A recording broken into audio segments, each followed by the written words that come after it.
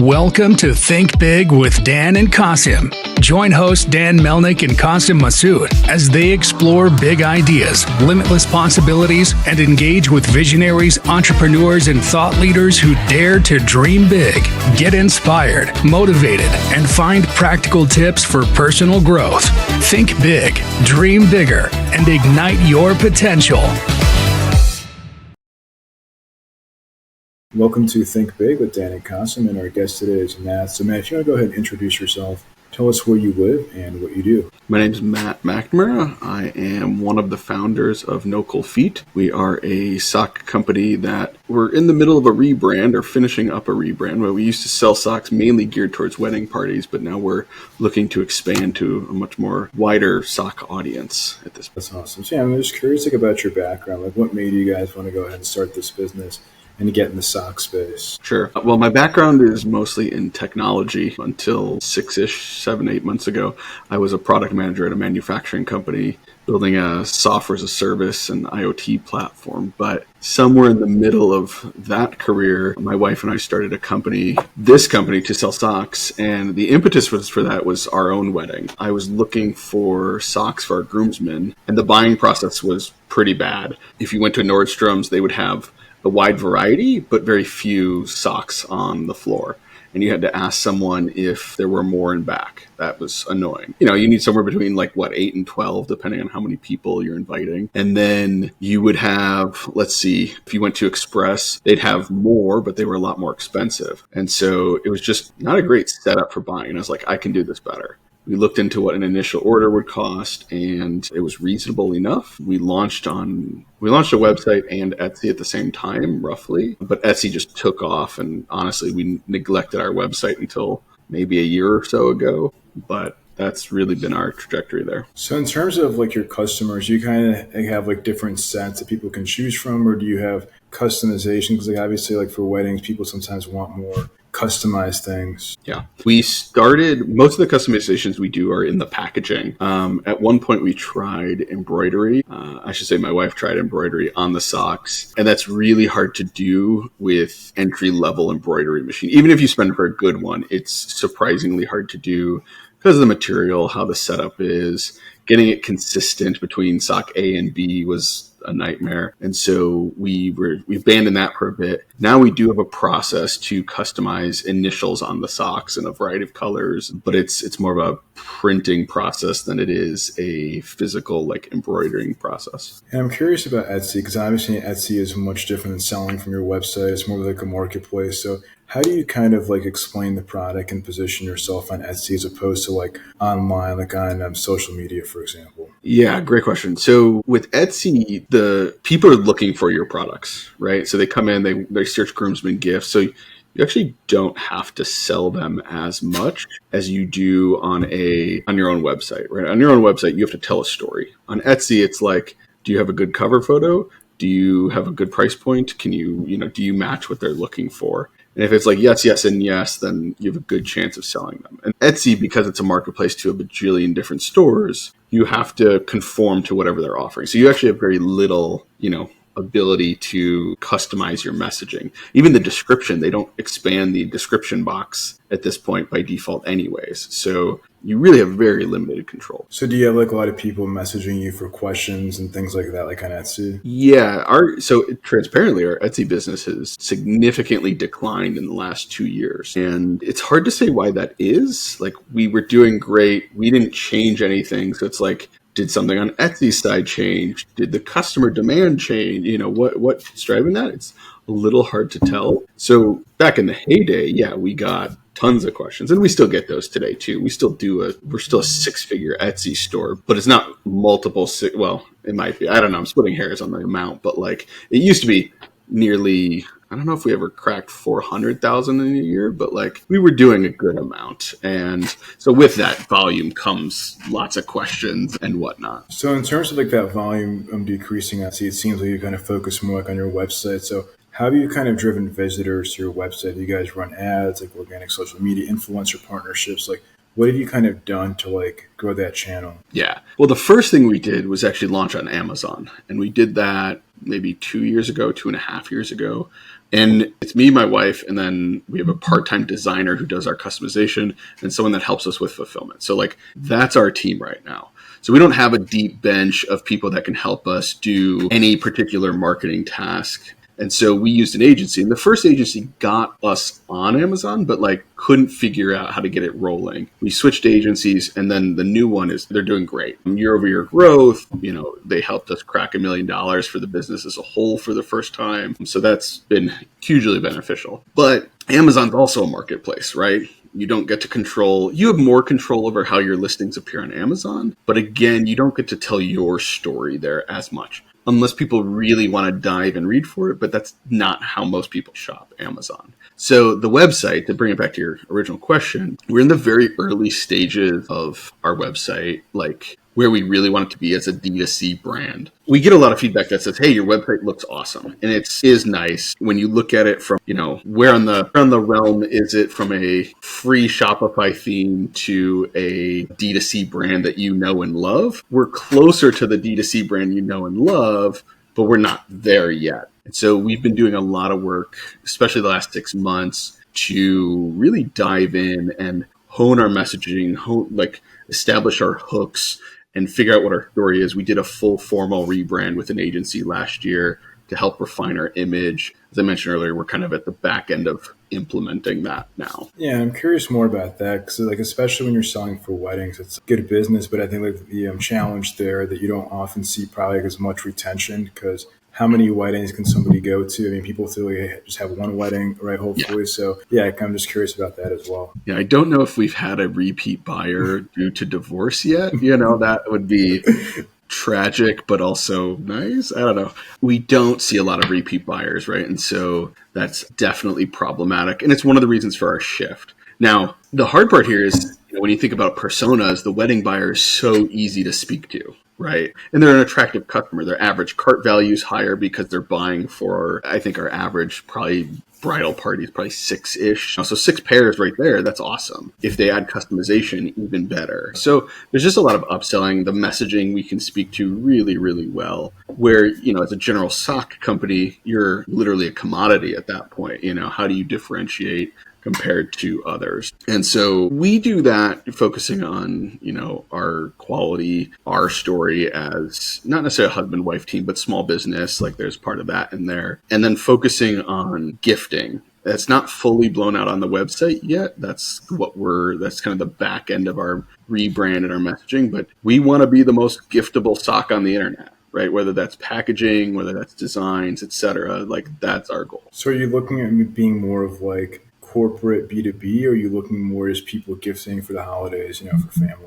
More the latter, but I do not want to ignore the B2B corporate side either. Corporate gifting is a huge segment, and not a ton give socks or socks alone, but there's definitely a brand swag play there. We just haven't spent a ton of time diving into that. But it's mostly capitalizing on the holidays. I don't remember if it was, I want to say it was Bombas that was on the How I Built This podcast, and I forget the exact percentage, and my wife tells me I change the percentage every time I tell this story. But the point is, there was some huge percentage of business in Q4, and that's actually our slowest quarter. And I was like, oh, we have a disconnect here. There's something wrong there. Right. It's not company A versus B.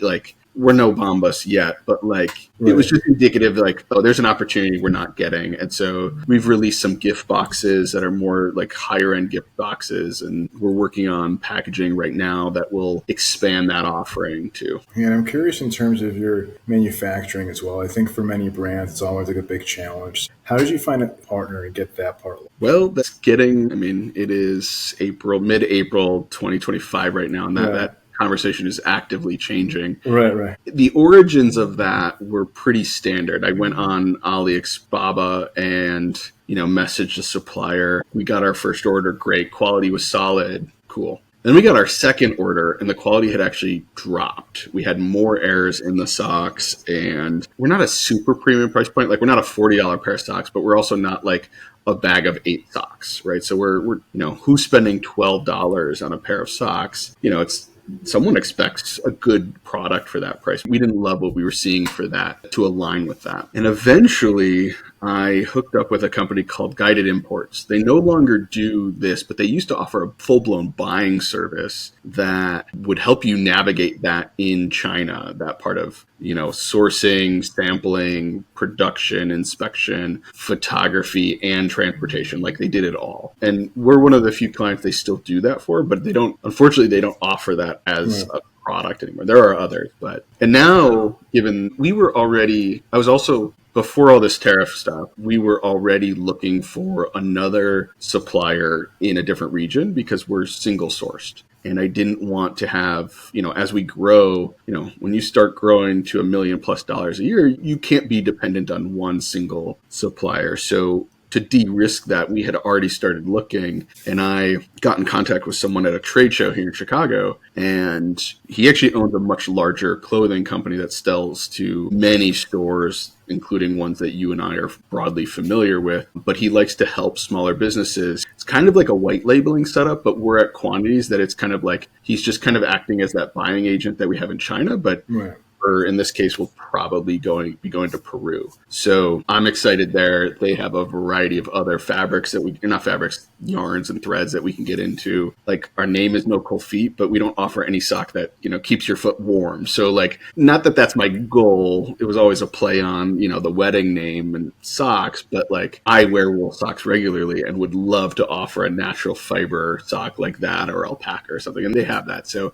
future, that could be some expansion we do there too. Yeah, I think from that side, it's probably better in terms of fulfillment. I imagine, especially ordering from overseas, it can be challenging in terms of like getting the product. Also knowing like how much to order, because you might have orders that come in like out of nowhere with demand and customizations and things like that. So if you have something, I guess, near shore, then it's a bit easier fulfillment. So it's interesting. A lot of people, what they don't appreciate about manufacturing in China is that you can get literally everything done there. Right. And they have such a well-oiled machine that, like, once you understand the process, you can work within it. But to your point, how much do you order? Well, I'm in the process of implementing an inventory management system, because to help with that, understanding what we've done, what we're going to do. So currently, like, if we forget a pair, like, we missed reordering that one, we either wait another 4 to 6 months, or we ask, can it get locked onto this? Or we have them do it, but air it in separately. And,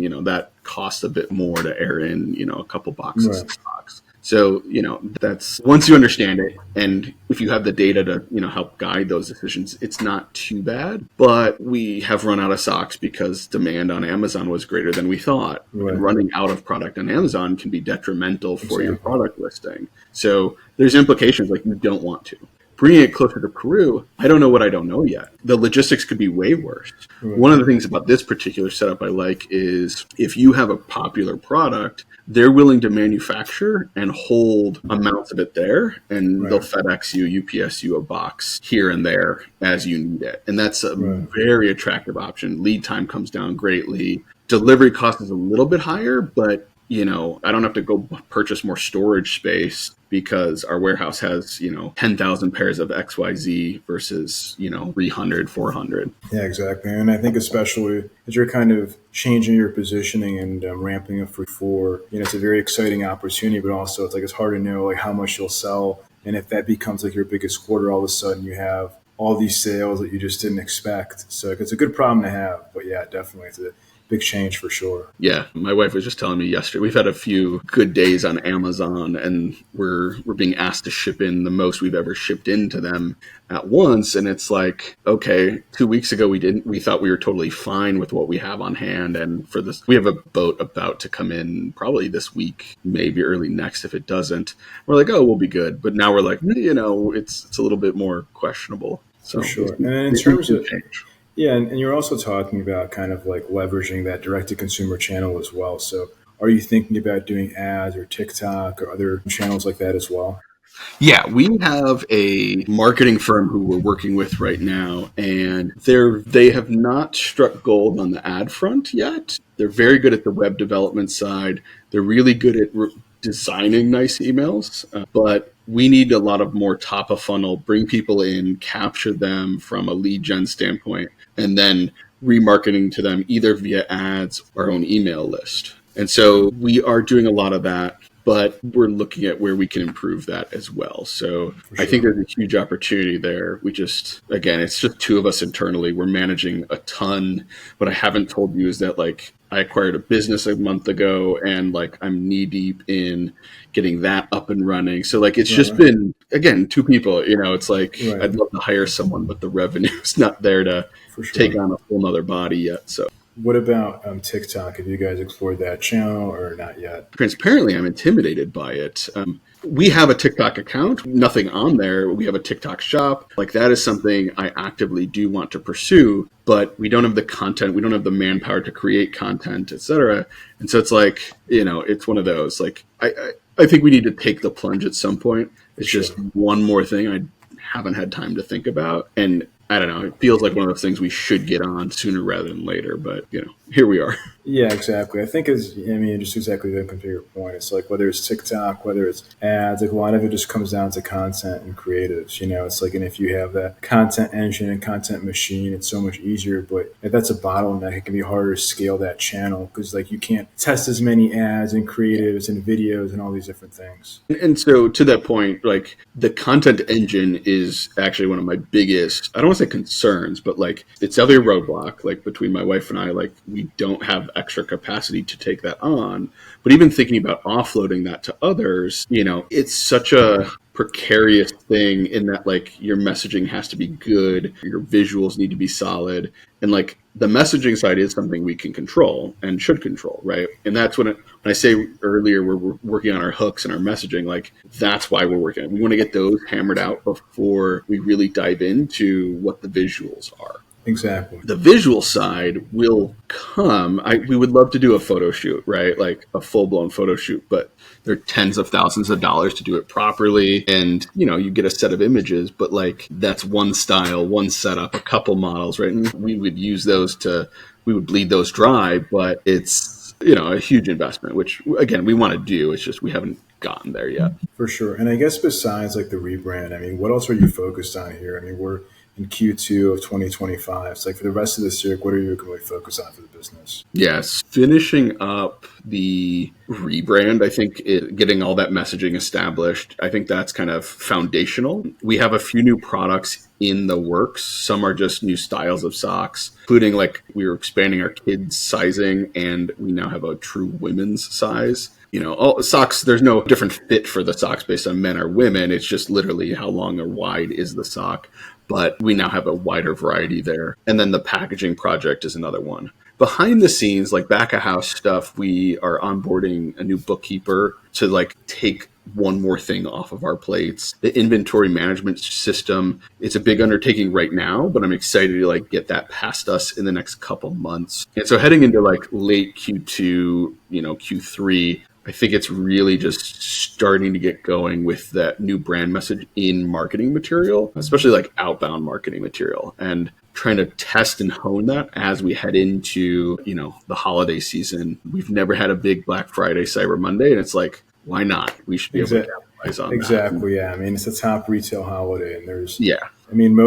just to your point, it's an amazing opportunity because most brands are top, time is that time of year. And the fact that yours isn't is a great opportunity to kind of get to that point or at least scale that time of year. Yeah. And I guess if you could go back in time, right, to before you started this business, what would you say is like the one biggest piece of advice that you wish you knew? I think a theme that we've seen success in is diversifying, to the extent that's reasonable. For example, we started with 16-ish styles of socks, and we've grown from there based on feedback, both from the market, but also some partners we have. Again, we have wedding spaces or wedding features that we've sold through other wedding vendors, and they have better data on what colors are popular. So we have ingested some of that and come out with socks that are better aligned with wedding colors. And so that's been big. Different sales channels, right? So Etsy, we knew Etsy, my fear with Etsy from day one was that we would get canned because of some weird clause in their terms of service, and they just shut your shop down and, you're SOL on, that hundreds of thousands of dollars worth of revenue. And then, so we started on Amazon. I mean, we always had our own website, but then we got Amazon going, and that, has diversified. But that's now become the 80% of the pie, and we need to make sure that that's not 80% because we could get kicked off of there for any given reasons. Controlling our own destiny, just having multiple options, multiple irons in the fire, as they say, is really diversifying products and channels is really what we're focusing on. And I wouldn't say we didn't know that at first, but it's definitely like telling someone new to this, which is, I think, inherent in your question, is like, that's what I would tell them. Just thinking broadly, like, what are you going to do now? But also, what are you going to do to protect your business as it grows by expanding? No, it's awesome. And I think that what you guys have done is really incredible because it's not even just the diversification, but it's the iterating and the pivoting, adjusting to trends and changes. Because like if you're not doing that, you'll be like, it's got a business. Like it's that simple, right? But you saw Etsy was not doing it, so okay, let's go into Amazon. Let's do D2C. Let's have all these different things because to your point, you don't know what tomorrow brings, and people are shopping less on Etsy and shopping more on Amazon. I mean, that's like the trend that's happening, right? So making those adjustments are super, super important. Yeah, absolutely. Awesome. So if somebody watching this wanted to reach out to you or to buy the socks, you mind sharing the website or social media? I guess best ways to find you guys. Yeah, we're at nocoldfeet.co, and then all of our handles should be at nocoldfeetco on Instagram, Facebook. Yeah, I think that's the two main ones. I mean, we're on Pinterest too, but the main channel you might use to contact someone at nocoldfeetco. Awesome. Well, Matt, thanks so much for your time today. Thanks, Dan. Good talking. Awesome.